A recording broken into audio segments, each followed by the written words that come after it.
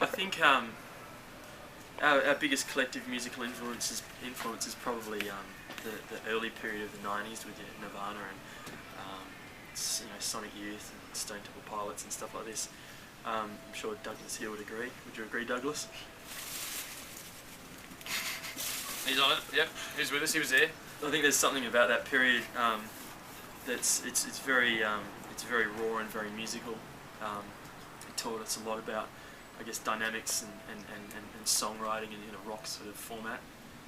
I think it was probably the point where we all truly started paying attention to what we thought we might become as musicians, as what sort of creative people we may become. Because back in the day, you just listened to anything that was popular come along, but as soon as that whole early '90s thing came out, and you were hit with a barrage of bands that you took on board. I think that was the time where me anyway, kind of thought, I think I kind of want to be part of that. I like where that's heading.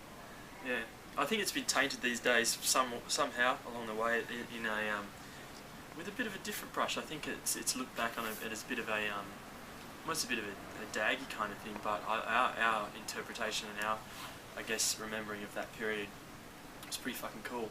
It was everyone was into it. It was a massive movement. It was a massive shift, and it's pretty cool that we, in our lifetime, got to see a massive shift in the history of music, because it sort of changed a lot. It changed everything then, and to be a 13-year-old kid, 14, 15-year-old, as you're learning music growing up, it was pretty rad. Douglas missed it. He was only born a couple of years ago, but he you're